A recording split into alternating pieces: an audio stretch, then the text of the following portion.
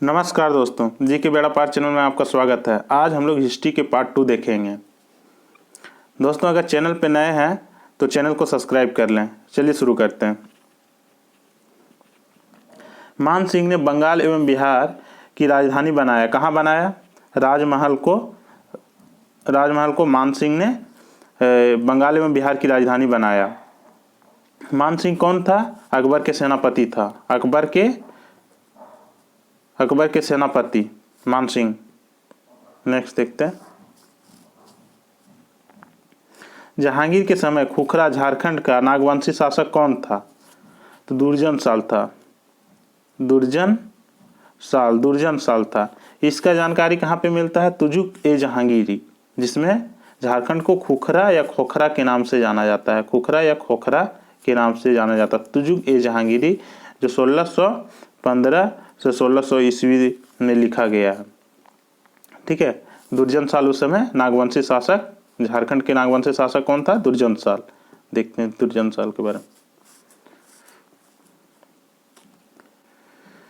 दुर्जन साल ने वार्षिक कर के रूप में कितनी राशि जहांगीर को देना स्वीकार किया? कितनी राशि देना स्वीकार किया? 6000 रुपये।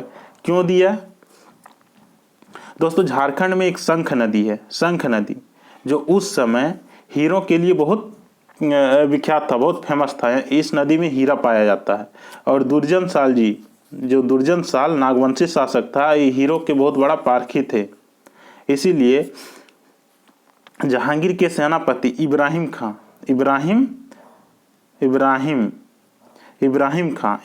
खान ने जहांगीर के कहने पे छोटा नागपुर क्षेत्र में, यानी झारखंड क्षेत्र, खुखरा क्षेत्र में नागवंशी शासक पे आक्रमण किया और दुर्जन साल को बंदी बना के ग्वालियर के किला ले गया, जो वर्तमान में मध्य प्रदेश में है। ग्वालियर के किला में बंदी बना दिया। कितने दिन के लिए? 12 वर्ष के लिए बंदी बना दिया।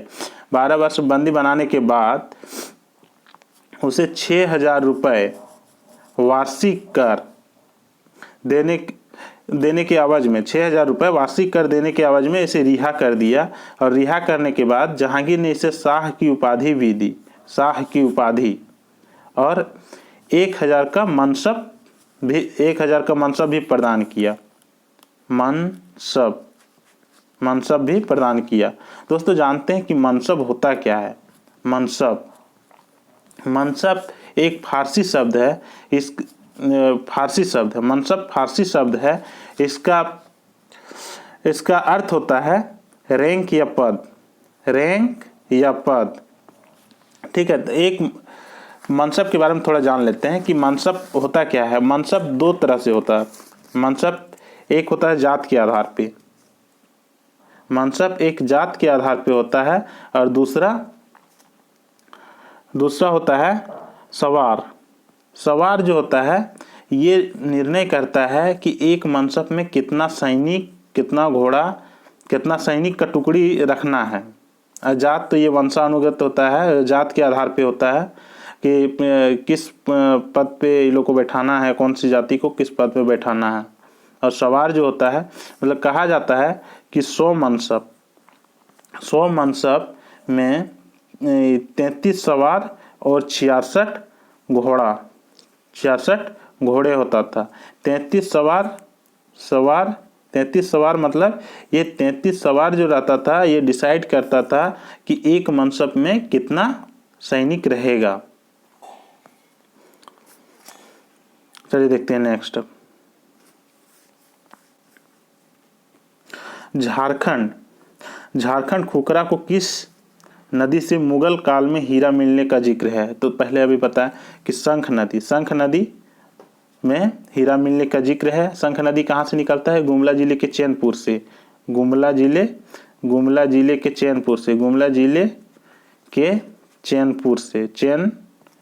और मिलता कहाँ है? दक्षिणी गोयल में जाके मिल जाता है। इसका मुहाना है दक्षिणी गोयल में। उस समय हीरा यहाँ निकलता था। कहाँ पे? शंख नदी में। हीरे के लिए मुगल बादशाह जहांगीर ने इब्राहिम खां को झारखंड पे आक्रमण करने का आदेश दिया था और दुर्जन साल को बंदी बना के ले गया था। 12 वर्ष बंदी रखने के बाद 6000 वार्षिक कर 6,000 वार्षिक कर देने के बाद इन्हें रिहा किया था। देखते नेक्स्ट क्वेश्चन। पलामू के चेरो राजा प्रताप राय के खिलाफ 1641-42 में हुए मुगल सैन्य अभियान का नेतृत्व किसने किया? किसने किया था?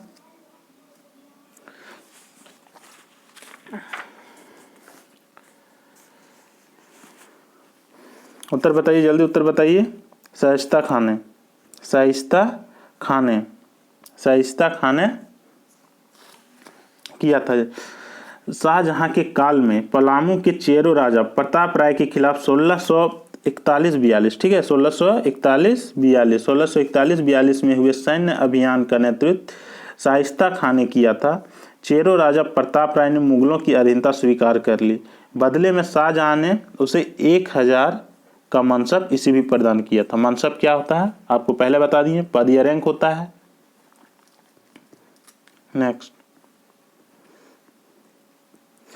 झारखंड में अंग्रेजों का प्रवेश सबसे पहले किस ओर से हुआ? सिंहभूम की ओर से हुआ। नेक्स्ट देखते हैं, यहीं पे थाल विद्रोह होता है। थाल विद्रोह घटित हुआ कब हुआ? 1767 से 77 में 10 साल तक थाल विद्रोह चला। 1767 में धालभूम क्षेत्र में अंग्रेजों के प्रवेश के विरुद्ध व्यापक विद्रोह हुआ, जिन्हें थाल विद्रोह के नाम से जाना जाता है। इस विद्रोह का नेतृत्व जगन्नाथ थाल ने किया था। जगन्नाथ थाल। यह विद्रोह 10 वर्षों तक 1767 से 77 तक चला। 1777 में अंग्रेजी कंपनी द्वारा जगन्नाथ थाल को पुनः धालभूम का राजा स्वीकार करने के पश्चात यह विद्रोह शांत हुआ। कौन था? जगन्नाथ थाल। जगन्नाथ थाल, इसी को राजा फिर से स्वीकार कर लिया गया, तभी ये विद्रोह शांत हुआ। नेक्स्ट देखते हैं, झारखंड क्षेत्र में पहली बार अंग्रेजों के अधीन चला गया। कब चला गया? 1765 में। 1765 में ऐसा क्या हुआ जो अंग्रेजों के अधीन चला गया? 1764 में बक्सर का युद्ध हुआ था। 1764 में बक्सर का युद्ध हुआ था। इसमें से अंग्रेजों की ओर से जो था हेक्टर मुनरो, नाम तो आप लोग सुना होगा, हेक्टर मुनरो, और इधर मुगलों की ओर से था मीर कासिम, मुगल बादशाह शाह आलम द्वितीय, अवध के नवाब सिजादुल्ला। ये तीनों को हरा दिया बक्सर के युद्ध में अंग्रेजों ने। ठीक है, पहला कासिम, मीर कासिम, दूसर का मुगल बादशाह शाह आलम द्वितीय, तीसर का अवध के नवाब सिजादुल्ला। हराने के बाद 1765 में होता है इलाहाबाद की संधि। 1765 में क्या होता है? 1765 में होता है इलाहाबाद की संधि। इस इलाहाबाद की संधि में सूबेदार का जो पद होता था वो भारतीयों को ही छोड़ दिया और दीवानी पद अंग्रेजों ने अपने हाथ में ले लिया। बिहार एवं बंगाल, उस समय बिहार झारखंड का हिस्सा था, झारखंड बिहार में था। दीवानी पद क्या होता है? दीवानी मतलब बिहार और बंगाल का जितना भी टैक्स रहेगा वो अंग्रेज असूलेगा। नेक्स्ट देखते हैं,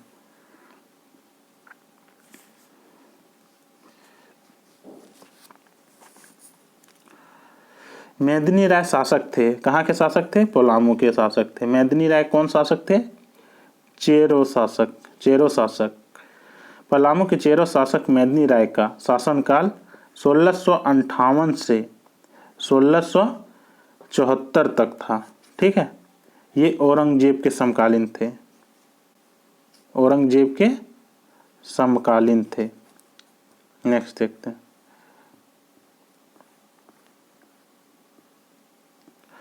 औरंगजेब ने किसे पलामू के चेरो शासक के खिलाफ सैन्य अभियान पर भेजा? बताइए आंसर। दाऊद खां जो है औरंगजेब के उत्तराधिकार युद्ध के समय चेरो शासक मेदिनी राय ने कर देना बंद कर दिया। अतः औरंगजेब ने दाऊद खां को यहाँ सैन्य अभियान हेतु भेजा। दाऊद खां ने पलामू विजय की स्मृति में एक मस्जिद का निर्माण पलामू किले के अंदर किया था। पलामू किले के अंदर, याद रखिएगा, पलामू किले के अंदर एक मस्जिद का निर्माण किसने किया था? दाऊद खां ने। नेक्स्ट देखते हैं, किसके शासनकाल में वर्नियर और ट्रेवेनियर नामक विदेशी यात्री ने खुखरा में मिलने वाले हीरों की चर्चा की। ये जहांगीर के समय में, मैंने पहले ही बता दिया, ये जहांगीर के काल में हुआ था। इसीलिए जहांगीर ने इब्राहिम खां को झारखंड पे आक्रमण करने के लिए बोला। आक्रमण करके दुर्जन साल को बंदी बना के ले गया। 12 साल तक बंदी रखने के बाद, ग्वालियर किले में 12 साल तक बंदी रखा। इसके बाद 6000 वार्षिक कर के आवाज में इन्हें रिहा कर दिया। इसके बाद दुर्जन साल को शाह की उपाधि दिया, 1000 का मनसबदार भी प्रदान किया। देखते हैं नेक्स्ट।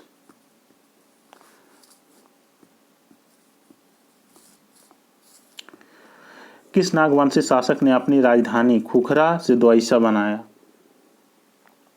किस नागवंशी शासक ने बनाया? तो ये दुर्जन साल ने बनाया। दुर्जन साल ने बनाया था। देख, दुर्जन साल ने बनाया। शाहजहां के शासन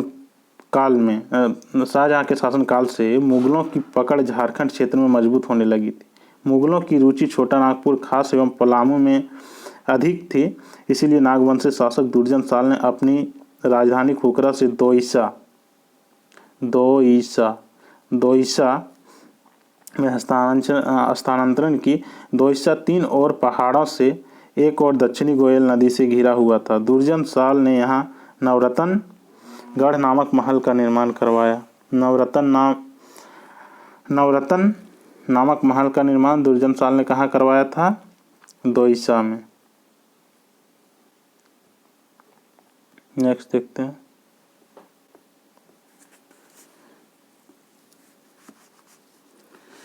गिरिडीह में खंभों पर आवर स्वाधीनता शीर्षक के पर्चे किसने चिपकाए?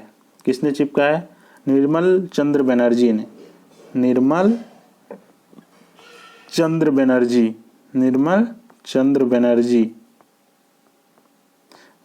ने गिरिडीह में क्या चिपकाए? आवर स्वाधीन भारत शीर्षक के पर्चे चिपकाए निर्मल चंद्र बनर्जी। जानते हैं 1913 ईस्वी में निर्मल चंद्र बनर्जी ने गिरिडीह में खंभों पर आवर स्वाधीन भारत शीर्षक के पर्चे चिपकाए।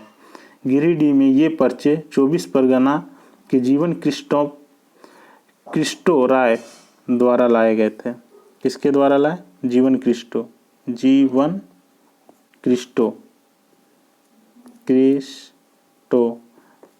राय द्वारा लाए गए थे। नेक्स्ट देखते हैं। ढाका स्थित विद्यार्थी परिषद की शाखा झारखंड में कहाँ थी? तो ये रांची में थी। बाद में इसको क्या कर दिया गया? उन्नति समाज के नाम से जाना जाता था। ढाका में स्थित विद्यार्थी परिषद की शाखा रांची में थी। यह ईसाइयों की संस्था थी। किसकी संस्था थी? ईसाइयों की संस्था थी। बाद में 1915 ईस्वी में इस संस्था का नाम बदलकर उन्नति समाज रखा गया। इसके सदस्य कौन कौन थे? पोल दयाल, बंदीराम उरांव, जूलियस लकड़ा तथा ठेबले उरांव आदि इसके सदस्य थे। नेक्स्ट देखते हैं। मौलाना अबुल कलाम आज़ाद को झारखंड के किस जिले में नज़रबंद किया गया था? किस जिले में नज़रबंद किया गया था? रांची में किया गया था। मौलाना अबुल कलाम को रांची जिले में नज़रबंद किया गया था। कब किया गया था? 1916 से लेकर 1919 तक। 1916 से लेकर 1919 तक मौलाना अबुल कलाम को रांची जिले में नज़रबंद किया गया था। नेक्स्ट देखते हैं।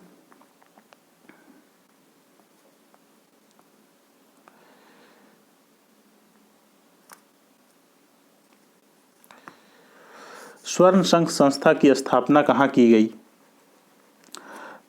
स्वर्ण संघ संस्था की स्थापना कहाँ की गई? देवघर में की गई। देवघर में की गई। क्रांतिकारियों के खिलाफ प्रचार के लिए स्वर्ण संघ की संस्था देवघर में की गई। इसके प्रमुख सदस्य वारिंद्र कुमार घोष सम्मिलित थे। कौन थे? वारिंद्र कुमार घोष सम्मिलित थे। इसके प्रमुख व्यक्ति जो थे वारिंद्र कुमार घोष। महात्मा गांधी, नेक्स्ट देखते हैं।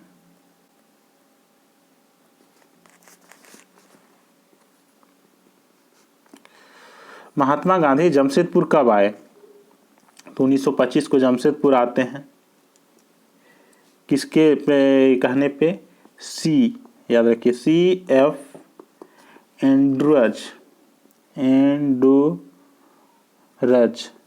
एंड्रज के कहने पे जमशेदपुर आते हैं। गांधी जी के सम्मान में जमशेदपुर के इंडियन एसोसिएशन द्वारा 8 अगस्त 1925 में भोज का आयोजन किया। गांधी जी को 5,000 रुपये जमशेदपुर की सभा में देश बंधु स्मृति फंड से प्रदान किए गए। गांधी जी को 5,000 रुपये दिया गया। किससे? किस फंड से? तो याद रखिए, देश बंधु स्मृति फंड। देश बंधु स्मृति फंड से गांधी जी को जब 1925 में आते हैं CF एंड्रूज के कहने पे, तो इन्हें 5,000 रुपये की स्मृति फंड, देश बंधु स्मृति फंड से दिया जाता है गांधी जी को। नेक्स्ट देखते हैं।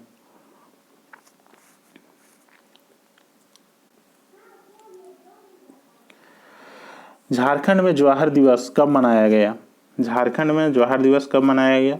16 नवंबर 1930। 16 नवंबर 1930 को झारखंड में जवाहर दिवस मनाया गया। क्यों मनाया गया? ये दांडी मार्च से संबंधित था।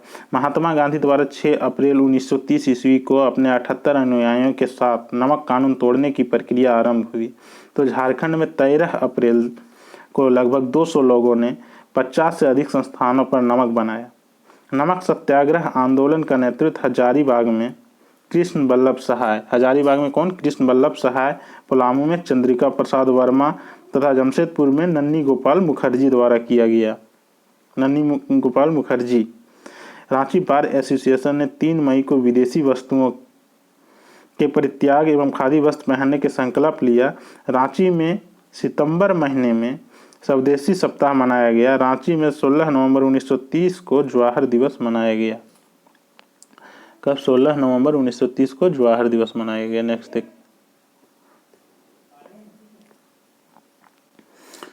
आज़ादी के पहले टाटा कंपनी की लंबी हड़ताल कब हुई?